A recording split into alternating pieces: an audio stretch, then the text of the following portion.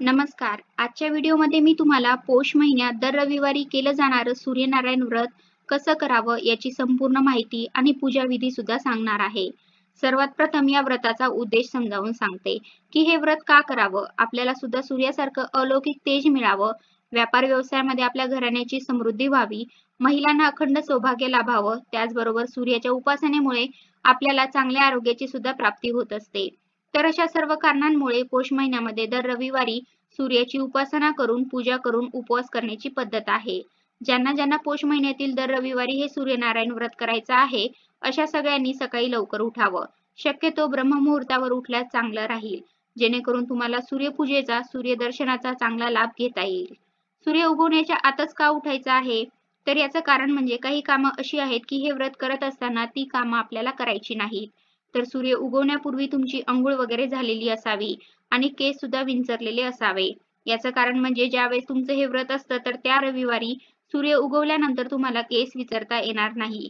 त्यामुळे अंघोळ करा आणि लगेचच केस विंचरून घ्या. यानंतरचं पहिलं काम म्हणजे तुम्हाला सूर्यदेवांना अर्घ्य द्यायचं आहे. तर जेव्हा सूर्य उगवत असतो अगदी त्याच वेळेला अर्घ्य देणं अतिशय चांगलं असतं. आणि जर काही कारणामुळे तुम्हाला उशीर झाला तर मग जास्तीत जास्त सकाळच्या 9 वाजेपर्यंत तुम्ही अर्घ्य देऊ शकता. सूर्याला अर्घ्य देताना तांब्याच्याच भांड्याची निवड करावी. या तांब्याच्या भांड्यामध्ये किंवा तांब्यामध्ये पाणी घ्यावं. त्यामध्ये थोडेसे पांढरे तीळ, हळदी कुंकू, अक्षदा आणि एखादं फूल ठेवावं.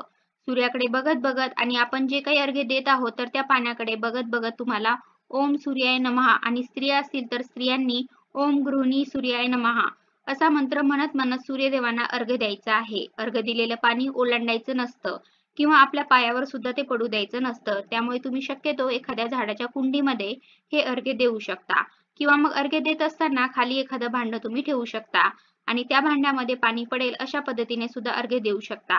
सूर्यपूजा झाल्यानंतर लगेचच तुळशीची पूजा करून घ्यायची. तर तुम्हाला एकादशी आणि रविवारचा नियम माहिती असेल की रविवारी आणि एकादशीला तुळशीला पाणी घालत नाही किंवा तुळशीला स्पर्श सुद्धा करत नाही, कारण या 2 दिवशी तुळशीचं व्रत असतं म्हणून. तर मग तुळशीच्या मुळाशी तुम्ही हवं तर एखादा चमचाभर दूध अर्पण करू शकता किंवा मग उसाचा रस किंवा मग पाण्यामध्ये थोडीशी गूळ किंवा साखर मिक्स करून तुम्ही असं पाणी तुळशीला अर्पण करू शकता. तुळशीला हळदी कुंकू वाहायचं, धूप दीपाने ओवाळून घ्यायचं, फूल वाहायचं आणि आपल्याला सुद्धा हळदी कुंकू लावून आपण तिला नमस्कार करायचा आहे. या पद्धतीने तुळशी पूजा झाल्यानंतर आपल्याला सूर्यनारायणाचं व्रत मांडायचं आहे, म्हणजेच पूजेची मांडणी करायची आहे. ही पूजा आपल्याला सकाळच्या सूर्यप्रकाशामध्येच मांडायची असते, कारण सकाळचा जो काही सूर्यप्रकाश असतो तो आपल्या आरोग्यासाठी अतिशय चांगला असतो. व्हिटॅमिन डी आपल्याला त्यातून मिळतं आणि आपलं आरोग्य चांगले राहण्यास मदत होते. दुसरं धार्मिक कारण सांगायचं झालं तर जसा जसा वेळ वाढत जातो, जसा जसा दिवस पुढे सरकत जातो, तसा तसा सूर्य जास्त तापायला लागतो आणि उष्ण असलेल्या सूर्याची पूजा करत नाही. सकाळचा जो काही शांत किंवा आल्हाददायक जो काही सूर्यप्रकाश असतो, तर त्यामध्ये सूर्य उपासनेचं फळ आपल्याला अधिक चांगल्या प्रकारे मिळतं. त्यामुळे सकाळच्या सूर्यकिरणांमध्ये ही पूजा मांडण्याला अतिशय महत्त्व आहे. तर ही पूजा अर्थातच तुम्ही सूर्यप्रकाशातच मांडायची आहे. सूर्यनारायणाचं व्रत आहे म्हणून तर घराच्या गच्चीवर जागा असेल तर तिथे तुम्ही पूजा मांडू शकता. तुमच्या अंगणामध्ये तुम्ही पूजा मांडू शकता किंवा तुमच्या तुळशीजवळ जागा असेल तर तिथे सुद्धा तुम्हाला ही पूजा मांडता येईल. आणि यापैकी काही शक्य नसेल तर घरामध्ये तुम्ही इतर पूजा अर्चा कुठे मांडता तर तिथे मांडली तरी सुद्धा चालेल. आणि घरामध्ये जर कुठे सूर्यप्रकाश येत असेल तर तिथे सुद्धा तुम्ही ही पूजा मांडू शकता. आता या व्रताच्या कथेमध्ये काय सांगितलेलं आहे की 6 राशीचं एक मंडल तयार करावं आणि त्यामध्ये सूर्यनारायण रेखाटावा. म्हणजेच त्या कथेमध्ये हेही सांगितलेलं आहे की हळदी कुंकवाचा वापर करून आपल्याला 6 राशींचं मंडल करायचं आहे. म्हणजे 6 गोल काढायचे आहेत आणि त्याची सूर्य म्हणून पूजा करायची आहे. तर तुम्हाला हे शक्य असेल तर तुम्ही 6 हळदीची वर्तुळं, 6 कुंकवाची वर्तुळं काढून सुद्धा त्यामध्ये सूर्याचा आकार देऊन सूर्याची पूजा करू शकता. किंवा मग पांढऱ्या रांगोळीने किंवा इतर कोणत्याही रांगोळीचा वापर करून तुम्हाला सूर्यनारायण रेखाटता येतील. या व्यतिरिक्त तुमच्याकडे सूर्याचे यंत्र असेल, तांब्याचा सूर्य असेल किंवा सूर्याचा फोटो असेल तर तो ठेवून सुद्धा तुम्हाला पूजा करता येईल. त्यानंतर रेखाटलेल्या सूर्यनारायणावरती हळदी कुंकू वाहून घ्यायचं. तसंही आपल्याला पूजा करताना वाहावंच लागणार होतं आणि जेव्हा आपण पांढऱ्या रांगोळीने एखादी रांगोळी काढतो तर ती तशीच ठेवू नये. तिच्यावर हळदी कुंकू व्हावं असं सांगण्यात येतं. जरी हे व्रत सूर्यनारायणाचं असलं तरी पण या पूजा मांडणीमध्ये आपल्याला आदित्य रानूबाई काढाव्या लागतात, गायीची पावलं काढावी लागतात. बरेचसे जण चंद्रदेव सुद्धा रेखाटतात रांगोळीने. त्याचबरोबर गणपती बाप्पाची स्थापना आपल्याला करावी लागते. बाळकृष्णाची स्थापना करावी लागते, तर तुम्हाला या पूजा मांडणीमध्ये जे जे काढणं शक्य होईल ते तुम्ही काढू शकता. पण आदित्य रानूबाई आणि गायीची पावलं तुम्हाला काढावीच लागणार आहे. कोणतीही पूजा म्हटलं तर मग त्या पूजेमध्ये आपल्याला सर्वप्रथम गणपती बाप्पांची पूजा करावी लागते. तर गणपती बाप्पा सुद्धा आपल्याला मूर्तीच्या स्वरूपात ठेवता येतात किंवा सुपारी म्हणून सुद्धा आपण त्यांची स्थापना करू शकतो. बाकी मग तुम्हाला चंद्रदेवांची प्रतिकृती काढायची की नाही किंवा मग गायीची पावलं असल्यामुळे बाळकृष्णाची मूर्ती ठेवायची की नाही ते तुम्ही जागेनुसार ठरवू शकता. तर सगळ्यात पहिले गणपती बाप्पांना स्नान घालताना वक्रतुंड महाकाय सूर्यकोटी समप्रभ निर्विघ्नं कुर्मे देव सर्व कार्येषु सर्वदा गणपती बाप्पा मोरया मंत्र म्हणून त्यांची मूर्ती ठेवायची आहे. पौष महिन्यामध्ये तिळाच्या पाण्याने देवी देवतांना स्नान घालणं किंवा सूर्यदेवांना अर्घ्य देणं किंवा आपण स्वतः तिळयुक्त पाण्याने स्नान करणं, तिळयुक्त पाण्याचं सेवन करणं, तिळाचं भक्षण करणं म्हणजे ज्या अन्न पदार्थामध्ये तीळ आहे असं अन्न भक्षण करणं याला खूप जास्त महत्त्व आहे. आपल्या आरोग्याच्या दृष्टीने सुद्धा त्याचे भरपूर फायदे होतात. तर तुम्ही देवी देवतांना स्नान घालण्यासाठी सुद्धा तिळाचा वापर करू शकता. म्हणजे पाण्यामध्ये तीळ टाकून त्यांना स्नान घालून घेऊ शकता. त्यानंतर बाळकृष्णाच्या मूर्तीला सुद्धा स्नान घालताना ओम भगवते वासुदेवाय नमः हा मंत्र म्हणून बाळकृष्णाची सुद्धा मूर्ती ठेवायची आहे. गायींची पावलं साच्याने काढली तरी सुद्धा चालतात, त्यामुळे तुम्हाला 33 पावलं काढता येतील. किंवा तुम्ही फक्त रांगोळीने आपल्या नेहमीच्या साध्या सुध्या पद्धतीने 4 पावलं काढली, त्यांच्यावर हळदी कुंकू वाहिलं तरी सुद्धा पुरेसं आहे. आता दोन्ही देवी देवतांना स्नान घालून घेतलं. आता त्यांची स्थापना करायची. तर आपल्या उजव्या बाजूला गणपती बाप्पांची स्थापना करायची आणि डाव्या बाजूला बाळकृष्णाची स्थापना करायची. तसे आपण श्री लक्ष्मी आणि गणेशांचा फोटो बघितला तर आपल्या उजव्या हाताला गणपती बाप्पा आणि डाव्या हाताला श्री लक्ष्मी दिसते. त्यामुळे त्या पद्धतीने गणपती बाप्पांची स्थापना करायची आहे. आणि गायींची पावलं ज्या दिशेला किंवा ज्या बाजूला आहे त्या बाजूला बाळकृष्णाची स्थापना करायची आहे. तुम्ही इथे विड्याच्या पानांचा सुद्धा वापर करू शकता किंवा मग तांदळावर त्या मूर्तीची स्थापना केली किंवा सुपारी जरी असली तरी ती तांदळावर ठेवून तुम्ही स्थापना केली तरी सुद्धा चालतं. आता हे व्रत आपल्याला कसं करायचं असतं? हे व्रत आपल्याला बिना तिखट आणि मिठाचं करायचं असतं. म्हणजे दिवसभर आपण जो काही उपवास करतो तर त्यामध्ये आपल्याला मिरची आणि मीठ यांचा वापर करायचा नसतो. त्यामुळे शक्यतो तुम्ही फलाहार केला तर उत्तमच किंवा मग काही गोड पदार्थ तुम्हाला खाता आला तर ते तुम्ही खाऊ शकता. आणि अजून एक या व्रतामध्ये महत्त्व आहे की आपण या व्रतात जे काही अन्नपदार्थ खातो तर त्यामध्ये तेलाचाही समावेश नाही केला तरी सुद्धा अतिशय चांगलं राहतं. त्यामुळे सगळ्यांचा विचार करता या व्रतामध्ये आपण फलाहार केला तर योग्य राहील. आणि हे जे व्रत आहे ते आपल्याला दिवसभर करायचं असतं आणि सूर्यास्त होण्याच्या आतच सोडायचं असतं. म्हणजे उपवास आपल्याला सूर्य मावळण्याच्या आधी सोडायचा असतो. सूर्य मावळल्यानंतर आपल्याला काहीही खाता येत नाही आणि पाणी सुद्धा पिता येत नाही. त्यामुळे ही तयारी असेल तर मग नक्कीच तुम्ही हे पौष रविवारचं सूर्यनारायण व्रत करू शकता. बाळकृष्णाच्या मूर्तीला स्नान घातल्यानंतर त्यांची सुद्धा आपल्याला विधिवत स्थापना करून घ्यायची आहे. तुमच्याकडे पोशाख असेल तर त्यांना तुम्ही घालू शकता. आणि रविवारी तुळशीची पानं आपल्याला तोडता येत नाही किंवा तिला स्पर्श करता येत नाही. त्यामुळे तुम्ही तुळशीपत्र हवं तर आदल्या दिवशीच तोडून ठेवा. आणि जर ते लक्षात राहिलं नाही तर मग तुम्ही तुमच्या घरातल्या लहान मुलांकडून ते तुळशीपत्र तोडून घेऊ शकता. आणि जर तुमच्या पूजेच्या तुळशी व्यतिरिक्त अजून तुळशी तुमच्याकडे असतील तर मग तुम्हाला रविवारी सुद्धा तुळशीची पानं तोडायला काहीही हरकत नाही. जर या सगळ्या गोष्टींचा विचार करता तुम्हाला काही शक्य झालं नाही तर तुम्ही तुळशीच्या पानाऐवजी दुसरी फुलं जी असतात ती या पूजेमध्ये वाहू शकता. तर गणपती बाप्पांची आणि बाळकृष्णांची पूजा आणि ज्या देवी देवता आपण रांगोळी रेखाटल्या त्यांच्यावर आपण हळदी कुंकू वाहून घ्यायचं आहे. त्यांना सुद्धा फुलं अर्पण करायची आहेत. पौष महिन्यामध्ये आदित्य रानूबाई ज्या असतात तर त्यांचा विवाह सूर्यनारायणाशी लावला जातो अशी पद्धत आहे. तर रांगोळीने आदित्य रानूबाई सुद्धा काढून घ्यायच्या आहेत. तुम्ही विड्याच्या पानावर किंवा खोबऱ्याच्या वाटीमध्ये जे काही विड्याचं साहित्य असतं खारीक, सुपारी, बदाम, हळकुंड तर ते ठेवू शकता आणि तो विडा तिथे अर्पण करू शकता. जर तुम्हाला हे ठेवणं शक्य झालं नाही तर तुम्ही दक्षिणेच्या स्वरूपात 11 रुपये, 21 रुपये सुद्धा ठेवू शकता.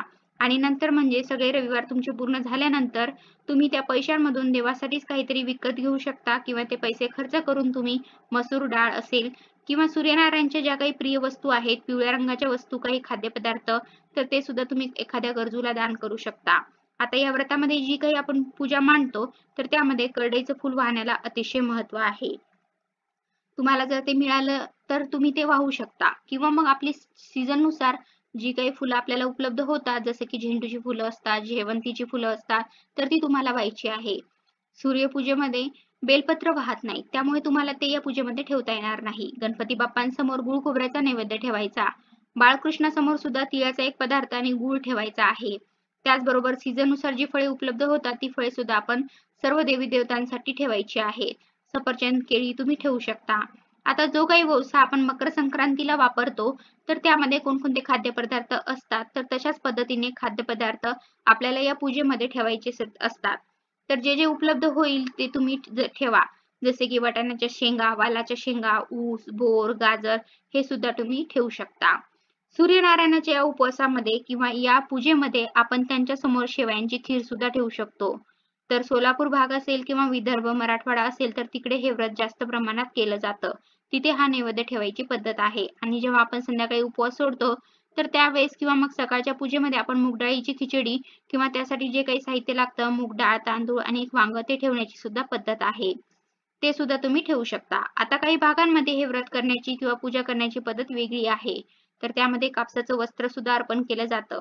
वेगवेगळ्या प्रकारची फुलं किंवा मग गाठी देऊन लाल पिवळ्या रंगाचा धागा सुद्धा ठेवण्याची पद्धत आहे. तर तुम्ही सुद्धा सर्व देवी देवतांना तुम्हाला जर उपलब्ध झालं तर कापसाचं वस्त्र किंवा मग लाल पिवळ्या रंगाचा धागा तुम्ही गाठी मारून तिथे ठेवू शकता.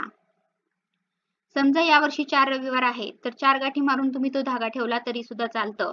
किंवा मग तुम्हाला जितक्या गाठी त्या धाग्याला मारता येतील तुमच्या इच्छेनुसार मारून ठेवलं तरी सुद्धा चालतं. त्यानंतर धूपदीपांनी आपल्याला या पूजा मांडणीला ओवाळून घ्यायचं आहे. आणि सूर्याची जी काही 12 नावे आहेत ती सुद्धा तुम्ही म्हणू शकता. किंवा मग स्त्रियांनी गायत्री मंत्राचा जप केला तरी सुद्धा चालतं. या पूजेमध्ये कापूर आरती लावण्याला अतिशय महत्त्व आहे. तर एखाद्या पंतीमध्ये किंवा एखाद्या भांड्यामध्ये 2 कापूर वड्या, थोडेसे पांढरे तीळ आणि तांदूळ घ्यायचे. ते प्रज्वलित करायचे आणि या कापूर आरतीने संपूर्ण पूजा मांडणीला ओवाळून घ्यायचं. तुम्हाला मी सांगितलं की आपल्याला हा उपवास सूर्य मावळायच्या आधी सोडायचा असतो. तुम्ही जर समजा सकाळच्या पूजेमध्ये मुगाची डाळ, तांदूळ आणि वांग ठेवलेलं असेल तर संध्याकाळी तेच वापरून त्याची खिचडी बनवू शकता आणि त्याचा नैवेद्य सूर्यनारायणाला दाखवू शकता. आणि तुम्हाला जर ते बनवायचं नसेल तर तुम्ही खिरीचा नैवेद्य दाखवू शकता. थोड्या वेळाने तो नैवेद्य उचलून तोच ग्रहण करून तुम्ही उपवास सोडला तरी सुद्धा चालतं. पण उपवास सोडण्याच्या अगोदर तुम्हाला आदित्य रानूबाईची कहाणी कोणाला तरी सांगायची असते. म्हणजे तुम्ही ती वाचायची आणि कुणीतरी ती ऐकेल. कोणी जर ऐकायला नसेल तर तुम्ही देवासमोर बसून जणू काही देवालाच ती कहाणी सांगताय असं केलं तरी सुद्धा चालतं. जर तुम्हाला वेळेअभावी किंवा इतर काही कारणांमुळे ही मोठी कहाणी वाचणं किंवा कोणाला ऐकवणं शक्य झालं नाही तर अगदी एक छोटीशी कहाणी असते. तिला 5 शब्दांची कहाणी किंवा 5 ओळींची कहाणी असं म्हटलं जातं. तर ती तुम्ही सूर्यनारायण समोर त्यांना सांगितली तरी सुद्धा चालतं. तर ही कहाणी सांगण्याच्या अगोदर तुमच्या उजव्या हातामध्ये 5 तांदूळ घ्यायचे आणि ती कहाणी म्हणायची. जाई-जुईचा मळा, साता समुद्राचं पाणी. जाई-जुईचा मळा, साता समुद्राचं पाणी. अशी रानूबाई शहाणी, ऐका सूर्यदेवा ही 5 शब्दांची कहाणी. असं म्हटल्यानंतर तुम्ही ते 5 तांदूळ पूजा मांडणीवर वाहून देऊ शकता. काही चुकलं असेल तर त्यासाठी क्षमा याचना करू शकता. यानंतर तुम्ही सूर्यदेवांना खिरीचा नैवेद्य म्हणजे त्यातल्या त्यात शेवयांच्या खिरींचा नैवेद्य, मग जे काही डाळ, तांदूळ, वांग तुम्ही सकाळी पूजेमध्ये ठेवलं असेल तर त्याची खिचडी बनवून त्याच्यावर तुपाची धार वगैरे टाकून तो नैवेद्य तुम्ही सूर्यदेवांना अर्पण करू शकता. आणि नंतर तोच नैवेद्य उचलून तुम्ही तुमचा उपवास सोडला तरी सुद्धा चालतं. किंवा मग तो जो नैवेद्य तुम्ही ठेवलेला आहे तो तुम्ही दुसऱ्या दिवशी सकाळी किंवा त्याच दिवशी थोड्या वेळाने गाईला किंवा पशुपक्ष्यांना दिला तरी सुद्धा चालतं. शक्यतो संध्याकाळच्या वेळी तुम्हाला पक्षी वगैरे मिळणार नाही. कारण तोपर्यंत सूर्यास्ताची वेळ होत राहील. आणि जर तुम्ही सूर्य मावळण्याचा बराच काळ अगोदर उपवास सोडला तर मग पक्ष्यांना दिलं तरी सुद्धा चालेल. किंवा मग घरातल्या सदस्यांनी तुम्ही वाटून खाल्ला तरी सुद्धा चालतं. हे व्रत करत असताना तुम्हाला दिवसभर काही कापायचं नसतं किंवा कुटायचं नसतं. हा एक नियम तुम्ही लक्षात ठेवा. ही पूजा मांडली तुम्ही दुसऱ्या दिवशी काढू शकता. जसे की रांगोळीने सर्व देवी देवता काढलेले असतील तर ती रांगोळी तुम्ही एखाद्या झाडाच्या मुळाशी अर्पण करून देऊ शकता. जी काही फळं असतील किंवा खाद्यपदार्थ असतील तर ती तुम्ही स्वतः खाऊ शकता. भाज्या वगैरे असतील तर त्यांचा वापर तुम्ही तुमच्या स्वयंपाकामध्ये केला तरी सुद्धा चालेल. बाहेर पूजा मांडली असेल आणि तुम्हाला जर शंका येत असेल की बाहेर आपण पूजा मांडली होती तर हे अन्नपदार्थ वापरावे की नाही तर ते तुम्ही गाईला वगैरे दिले तरी सुद्धा चालतं. कारण या व्रतामध्ये दान करण्याला सुद्धा अतिशय महत्त्व आहे. तर तुम्ही गाईला ते सगळे पदार्थ दान करून देऊ शकता. मूर्ती ठेवल्या असतील तर परत स्नान घालून तुम्ही तुमच्या देवघरामध्ये ठेवू शकता. अशा पद्धतीने तुम्हाला ही पूजा मांडणी काढून घेता येईल. प्रत्येक रविवारी तुम्ही हे व्रत करू शकता आणि ज्यावेळेस एखाद्या रविवारी एखाद्या महिलेला जर मासिक धर्म असेल तर मग त्या मासिक धर्माच्या वेळी तुम्ही फक्त उपवास करायचा आहे. पूजा करायची नाही. प्रत्येक रविवारी असं व्रत करायचं आहे. महालक्ष्मी व्रताप्रमाणे असं नाही एखादा रविवार मासिक धर्मामुळे किंवा सुतकामुळे इतर कारणामुळे जर तुमचा सुटून गेला तर मग तुम्हाला जास्तीचा रविवार करण्याची अजिबात गरज नाही. जेव्हा पौष महिन्यातला शेवटचा रविवार येईल त्या दिवशी सुद्धा याच पद्धतीने व्रत करायचं आणि हवं तर एखाद्या सुवासिनी स्त्रीला बोलवून तुम्ही तिचा मानपान करू शकता किंवा काहीतरी सौभाग्याची वस्तू तिला भेट म्हणून देऊ शकता. तर अशा पद्धतीने जणू काही या व्रताचं उद्यापन सुद्धा होऊन जाईल. उद्यापन करणं तुमच्या इच्छेवर आहे. नाही केलं फक्त 4 रविवार तुम्ही मनोभावे हे व्रत केलं तरी पण सूर्यनारायण तुम्हाला भरभरून पावतील. धन्यवाद.